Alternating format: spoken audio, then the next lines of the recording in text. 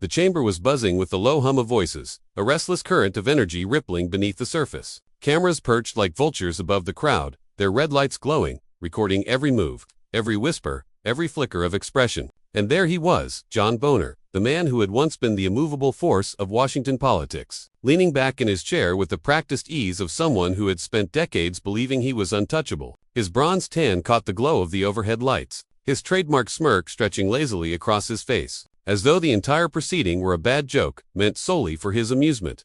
Across the room, Jasmine Crockett adjusted the emerald green blazer that had become something of her battle armor. She was calm, composed, but her eyes were alive, sharp, piercing, and unblinking. They locked on Boehner, and for a moment the air between them seemed to crackle. She didn't fidget, she didn't glance around for approval. She simply waited, watching him with the kind of focused patience that made allies lean forward and enemies uneasy. Boehner noticed, of course. He had seen hundreds of rookies like her step into hearings with bravado, convinced they would land the blow that generations before had failed to strike. He'd endured the grandstanding speeches, the moralizing lectures, the fiery monologues delivered for C-SPAN soundbites, and each time, he had walked away intact. Today, he thought, would be no different. The gavel hit the desk, a sharp crack that silenced the room. The air tightened, reporters adjusted their recorders, staffers shuffled their notes. The chairman cleared his throat and began. Today's hearing will address allegations surrounding the activities of former Speaker John Boehner and his involvement with corporate, lobbying entities tied to public resource exploitation. The words were formal, stiff, but they landed with weight. Allegations, exploitation, tied. Each syllable dug into the room's oxygen, forcing everyone present to inhale just a little more shallowly. Boehner chuckled. Not a nervous laugh, not even a polite one. A chuckle that said, "I've been here before, and I'll be here after this circus packs up." It was a laugh of dismissal, of superiority, and Jasmine Crockett smiled. The contrast was electric, his arrogance against her quiet certainty. Viewers at home would replay that moment again and again, dissecting the expressions, the body language, the subtle shift in power that hadn't even been spoken yet. Because if Boehner's laugh was the prelude, Crockett's smile was the promise of what was coming. She leaned into the microphone, her voice steady, almost conversational. "Mr. Boehner, would you care to explain why multiple corporations, each fined for environmental violations, each under investigation for defrauding taxpayers, happen to share the same registered lobbyist, your former chief of staff?" The chuckle faltered, just slightly, enough for those watching closely to notice. Boehner shifted in his seat, eyes narrowing, lips pursed in a half-grin that no longer carried the same ease. He leaned into his own mic. "Congresswoman, with all due respect, you're reaching. These are standard practices in Washington. You'll find that every former speaker has staff who go into lobbying. That's not corruption, that's a career path." There it was, the deflection, the appeal to normalcy, the attempt to fold the extraordinary into the ordinary. But Crockett was ready. Standard practice doesn't usually involve coordinated payments funneled through shell entities that disappear once public contracts are signed. She replied, sliding a document onto the desk before her. The camera zoomed in. Rows of transactions, dates, company names, blurred together into an unmistakable pattern. The audience shifted. Reporters whispered to each other, typing furiously. Staffers looked down, suddenly fascinated by their notes. Boehner's smirk cracked further, a faint line of tension etching itself across his forehead.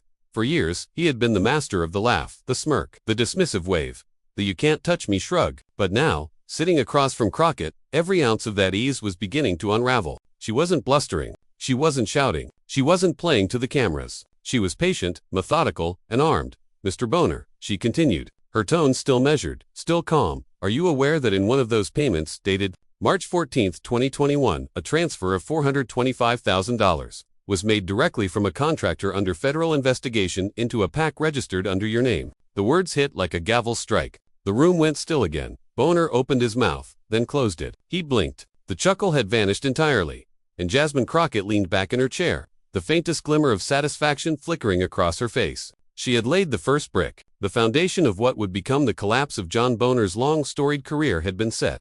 The cameras loved it. The audience at home loved it. Social media, though still in its infancy of reaction, began to spark. Clips of his laugh, juxtaposed against her question, would explode across timelines within hours. But inside the chamber, the silence was deafening. Boehner finally spoke, his voice a shade lower, slower, each word pulled through a tightening throat. "Congresswoman, I think you're misinterpreting the documents." Crockett didn't flinch. "Then perhaps you'd like to walk us through them." The challenge hung in the air, daring him, cornering him, stripping away every inch of the protective armor he thought his legacy and reputation provided. And for the first time in decades, John Boehner didn't look untouchable. He looked cornered. What no one realized yet, not even Boehner, was that this moment, this exchange, this laugh that had begun as his shield would soon become the very soundbite that haunted him. The sound of arrogance before a fall. The sound of a career ending not with a resignation letter or a press release, but with a single misjudged chuckle in front of millions. And Jasmine Crockett, calm, deliberate, unshaken, was just getting started. The chamber's silence was suffocating, the kind that settles like fog when everyone present realizes they are witnessing the opening lines of a much larger story. John Boehner's smirk had faltered, but his instincts, those finely honed political reflexes that had carried him through decades of Washington warfare, kicked in almost immediately. He straightened his tie, cleared his throat, and summoned what was left of his composure.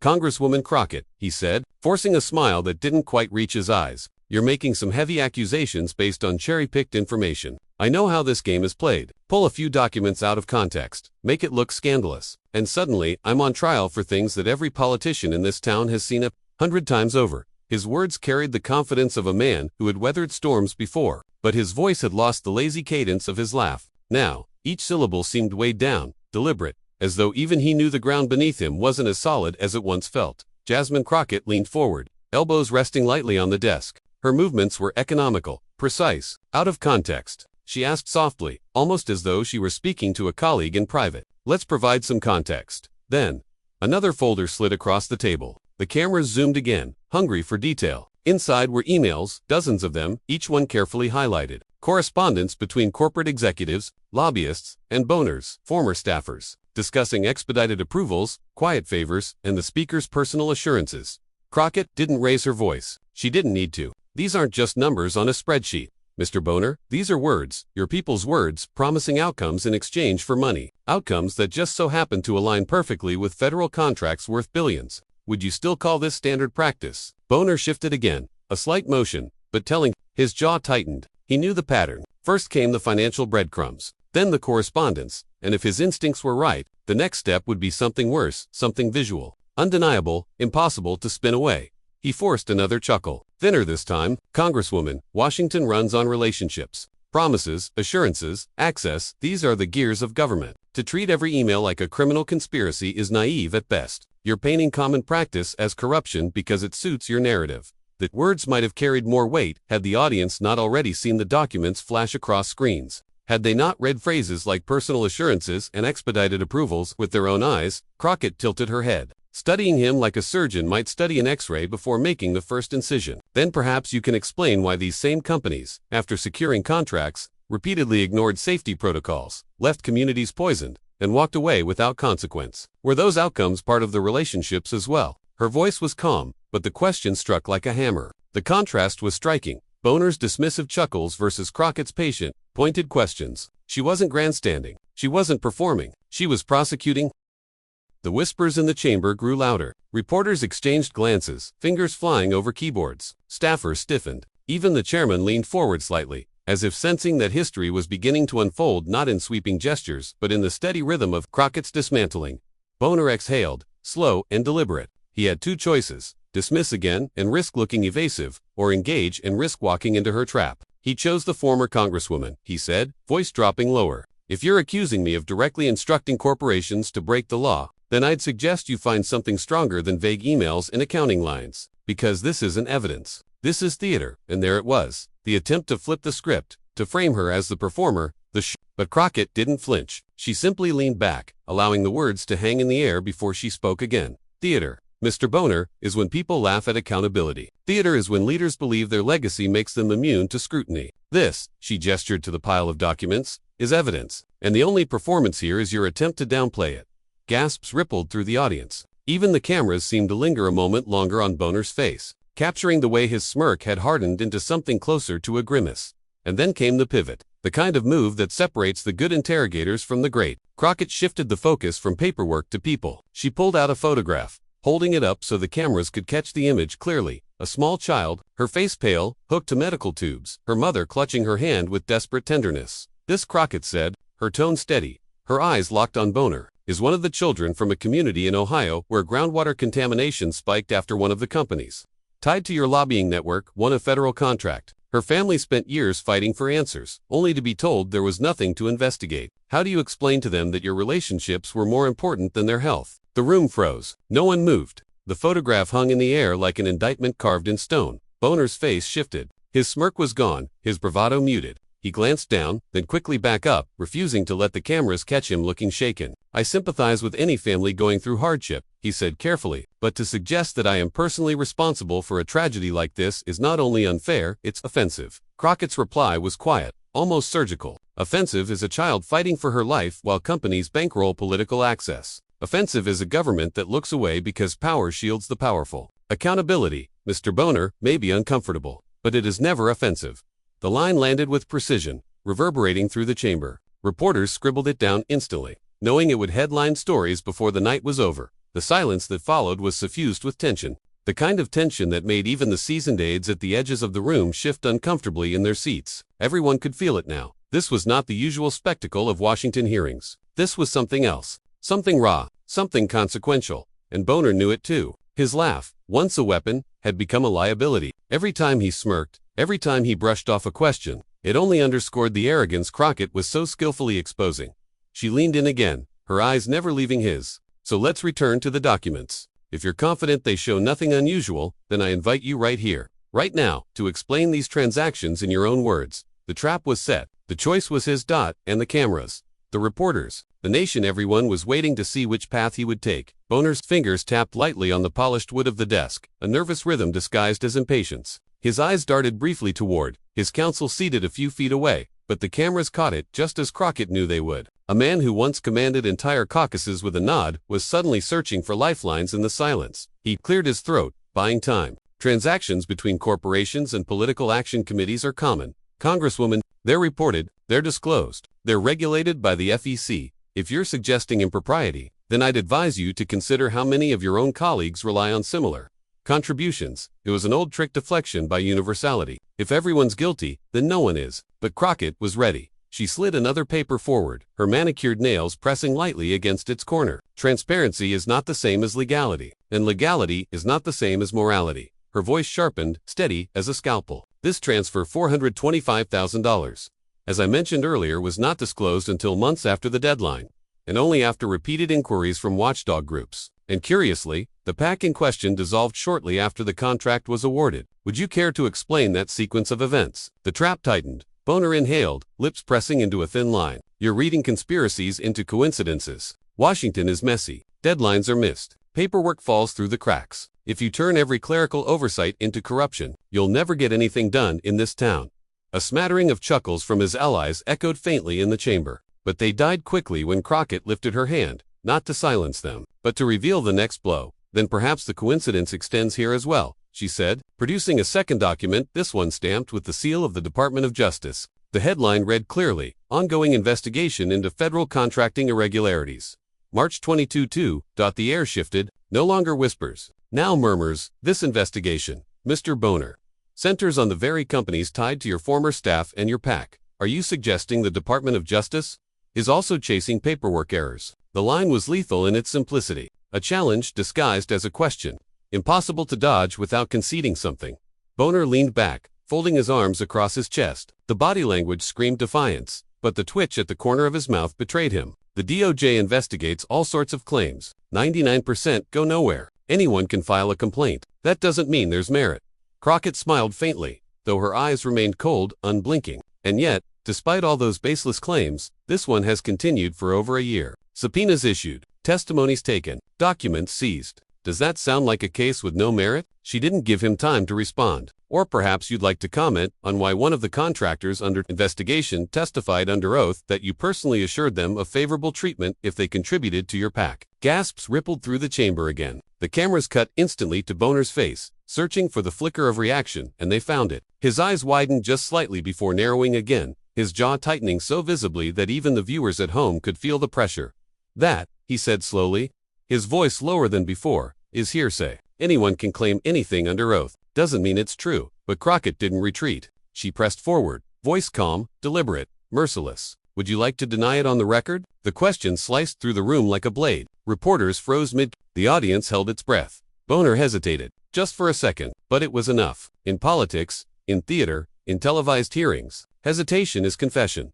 "I will not dignify baseless accusations with a denial," he finally said. But the words were hollow, brittle, crumbling even as they left his lips. Crockett let the silence do the work for her. She leaned back, folding her hands loosely, her posture one of controlled confidence. "Noted," she said softly, and the room erupted with the scratching of pens, the clacking of keyboards, the whispers of headlines being born. The laugh that had opened the day now seemed like a relic, a misstep, a tragic irony. Boehner's arrogance had set the stage, but Crockett was directing the play.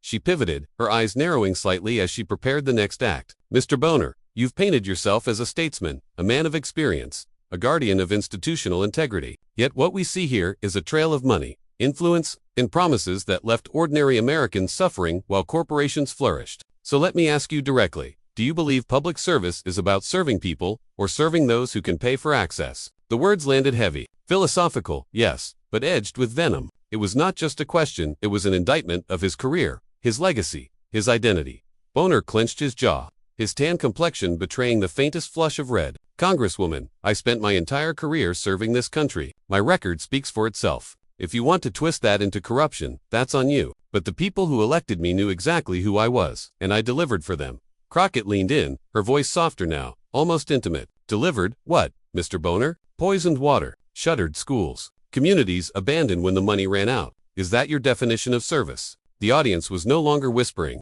They were silent, transfixed, as though afraid to break the gravity of the moment. The contrast had become undeniable, one figure clinging to a crumbling past, the other standing firm in the clarity of the present. For the first time, Boehner looked tired. His shoulders sagged slightly, his eyes losing their sharpness. The laugh, the smirk, the dismissals, they were gone, replaced by something heavier, something closer to dread. Crockett didn't gloat. She didn't celebrate, she simply let the silence stretch. Each second another crack in the armor of the man who once believed himself invincible. And then, just as the room seemed to settle, she raised a hand, signaling staff to bring forward a small black case. The camera zoomed in as it clicked open, revealing a hard drive.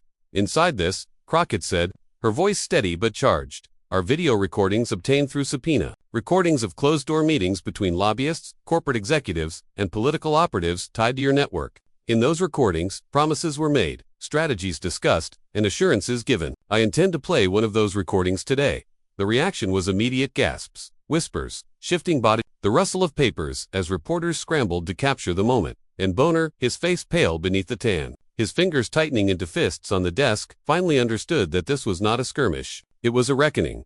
The chamber fell into an electric hush, the kind of silence that vibrates with anticipation. Every camera red light was on, every lens pointed at the small black case on the table. The hard drive inside gleamed under the fluorescent lights, an unassuming object holding the weight of careers, reputations, and perhaps indictments. Jasmine Crockett's hand hovered above it for just a moment, not hesitating, but letting the tension stretch like a taut wire. Her voice, when it came, was calm yet charged. "The American people deserve to hear what happens when the doors are closed, when the lights are off, and when power is traded not in votes, but in dollars."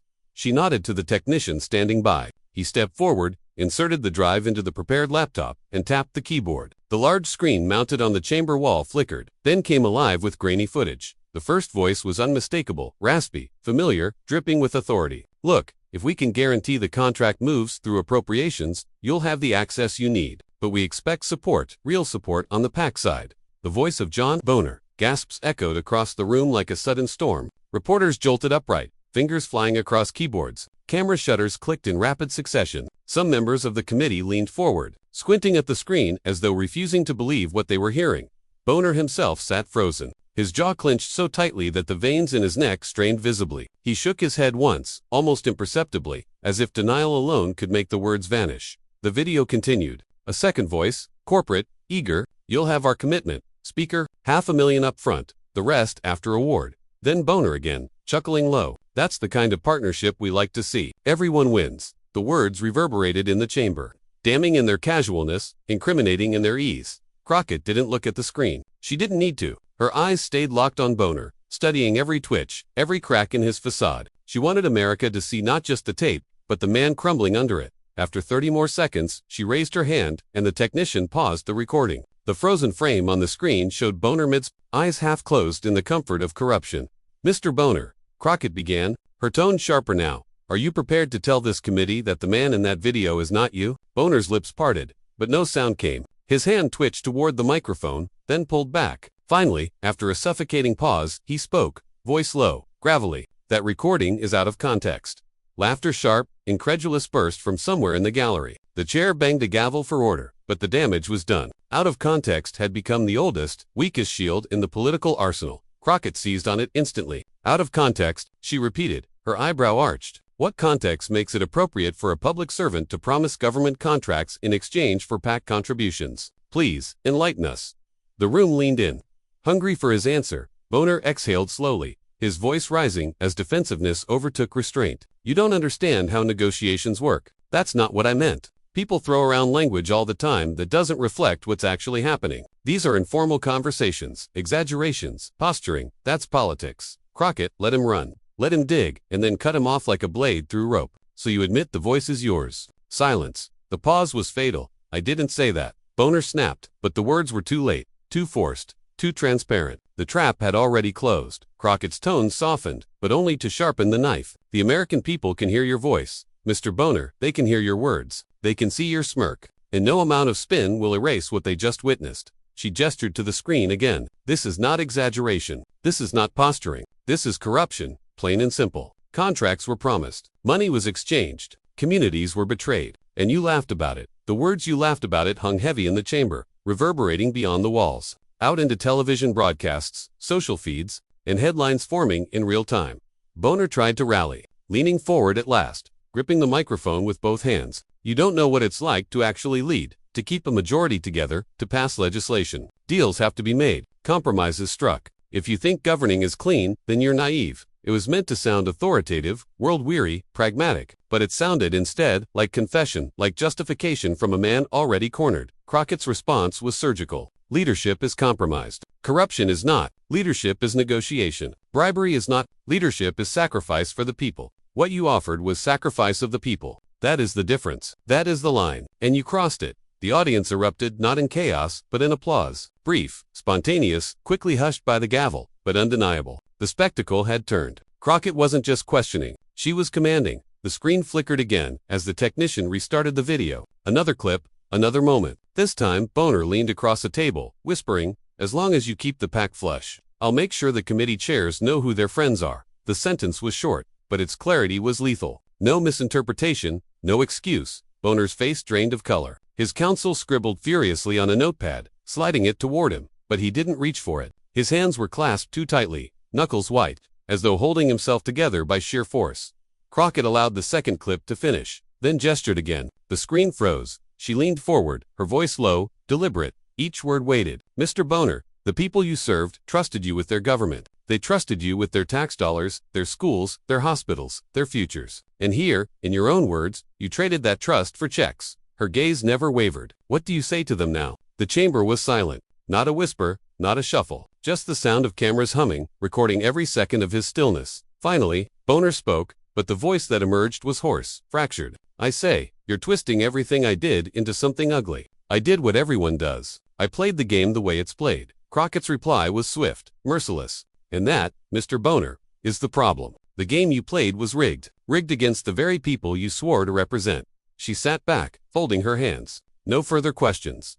The words rang like a gavel strike. Final and absolute. The cameras cut from Crockett'sPoise.com to Boehner's broken stare. And in that contrast, the unflinching prosecutor and the fallen titan, America, saw more than testimony. They saw a reckoning made flesh. By the time the gavel fell, the chamber was no longer just a room. It was an epicenter, a blast zone, a place where the air still buzzed from the detonation of truth. Staffers shuffled papers with trembling hands. Reporters surged for the exits, phones pressed to their ears, typing furiously with thumbs that could barely keep up with the firestorm. The story was no longer confined to marble walls and committee microphones. It was airborne now, spreading at the speed of Wi-Fi. Screens lit up across America with the same image, John Boehner, jaw tight, eyes downcast, caught in freeze frame, alongside the subtitle, "This is not exaggeration. This is corruption, plain and simple."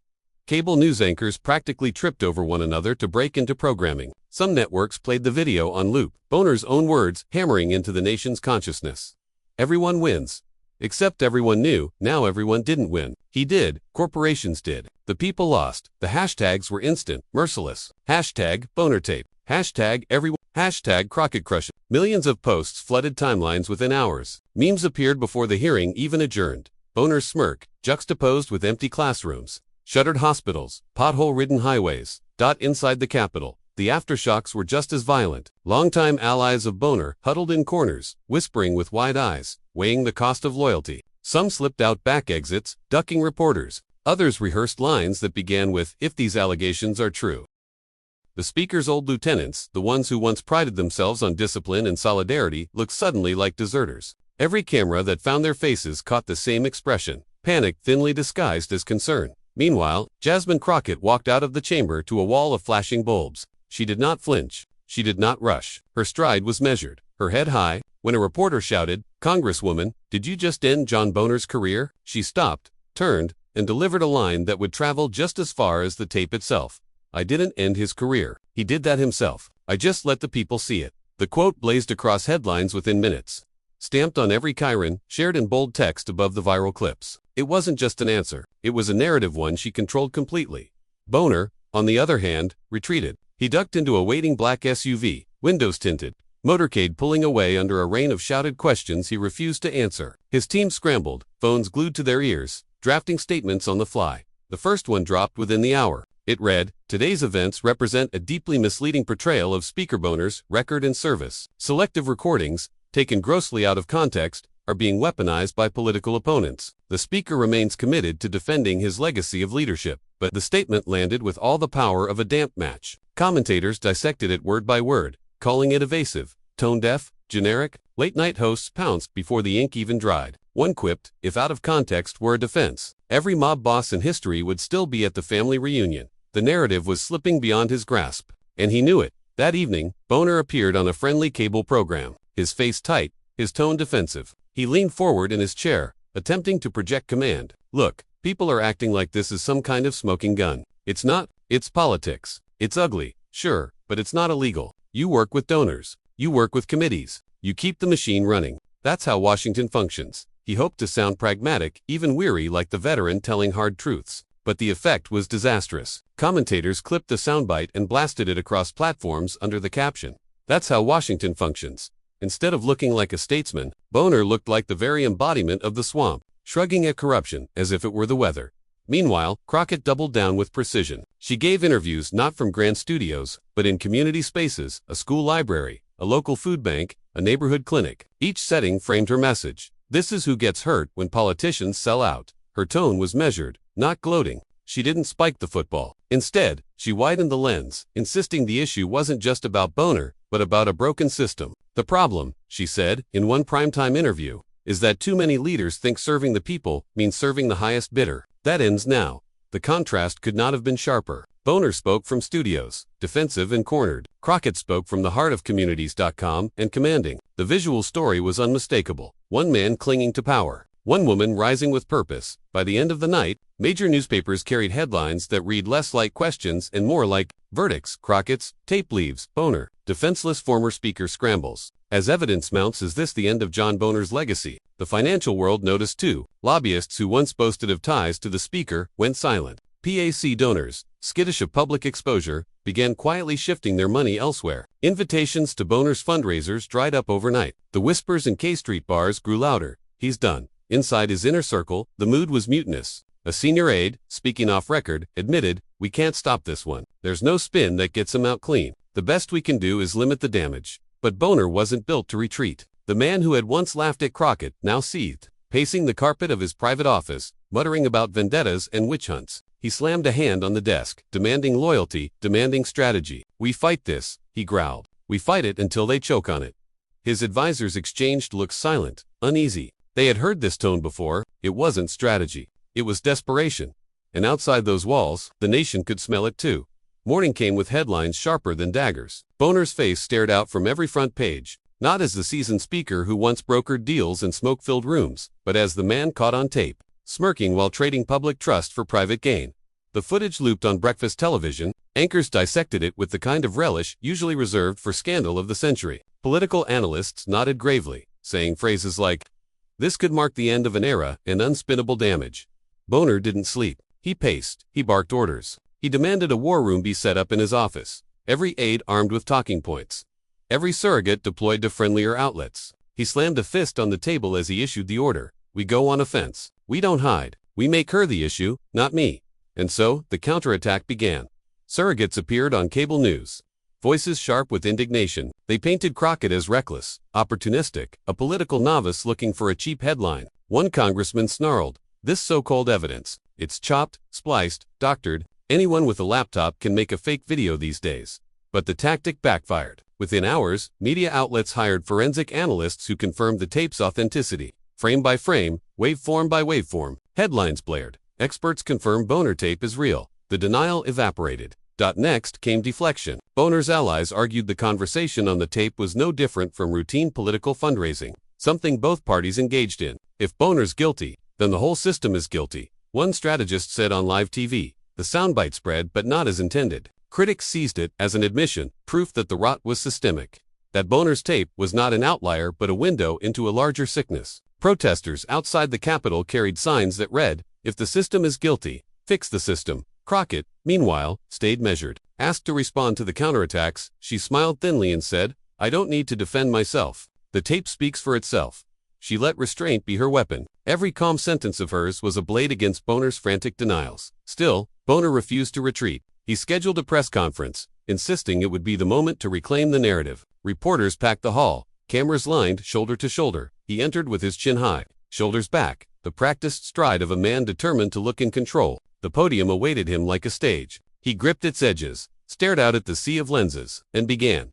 "This has been blown wildly out of proportion," he declared. "What you heard in that recording was nothing more than the blunt reality of political life. Fundraising is ugly. Yes. Negotiations are messy. Yes. But they are not crimes. They are not corruption. They are the backbone of governance in a divided nation." He paused, expecting nods, perhaps applause from allies. What he got instead was silence. So he leaned harder. "Congresswoman Crockett wants to pretend she's pure, above it all. But let's be honest, her campaign has donors to. She's no different. This is hypocrisy masquerading as righteousness." The line was meant to sting, but it didn't land. Instead, a reporter raised a hand. "Mr. Boehner, are you saying it's acceptable to promise contracts in exchange for PAC money?" The question sliced through the air. Boehner hesitated, eyes narrowing. "I'm saying people don't understand how politics works. I never promised anything illegal," but the phrasing was fatal. Not, "I didn't do it." Not, "That's not me." Instead, "Not illegal." Clips of that answer replayed endlessly within hours. Commentators hammering it home. Legality was not the same as morality, and the American people weren't buying legal loopholes. They were watching a man excuse corruption in real time. Meanwhile, Crockett gave her own press availability, but hers was outdoors, flanked by constituents, not aides. She didn't pound the podium. She didn't raise her voice. She simply looked into the cameras and said, "When leaders forget who they serve, the people have the right to remind them. That's what we did yesterday. That's what we'll keep doing." The contrast was night and day. Boehner, defensive, embattled, flailing. Crockett, composed, resolute, grounded. The shift in momentum was undeniable. Polls taken overnight showed trust in Boehner collapsing, confidence in Crockett surging. Editorial boards across the country called for accountability. Activists planned rallies, citing the tape as proof that entrenched leaders had to go. Inside Boehner's war room, panic set in. His aides argued openly now. One urged resignation to preserve dignity. Another insisted on suing for defamation. A third warned that doubling down would only make him a bigger target. Boehner silenced them all with a roar. "I built this party. I bled for it. And I will not be taken down by some freshman grad." His face was red, his voice cracking, but the fire was hollow. The room saw it. America saw it. He was a man raging against a tide he could no longer command. And in that gap between his fury and his fading power, Crockett's star only blazed brighter. The end didn't come with a bang, but with the slow unraveling, thread by thread, as though his career were a flag fraying in the wind. By the third day, the headlines no longer asked questions. They declared verdicts. Boehner betrayed public trust. Calls grow for resignation. After corruption tape, Crockett emerges as face of accountability. Cable networks moved from replaying the tape to tallying the fallout. Donors gone. Allies silent. Credibility in ashes. Even conservative talk radio, once a fortress for him, was filled with callers venting fury. "He laughed at us," one said bitterly. All these years, he laughed.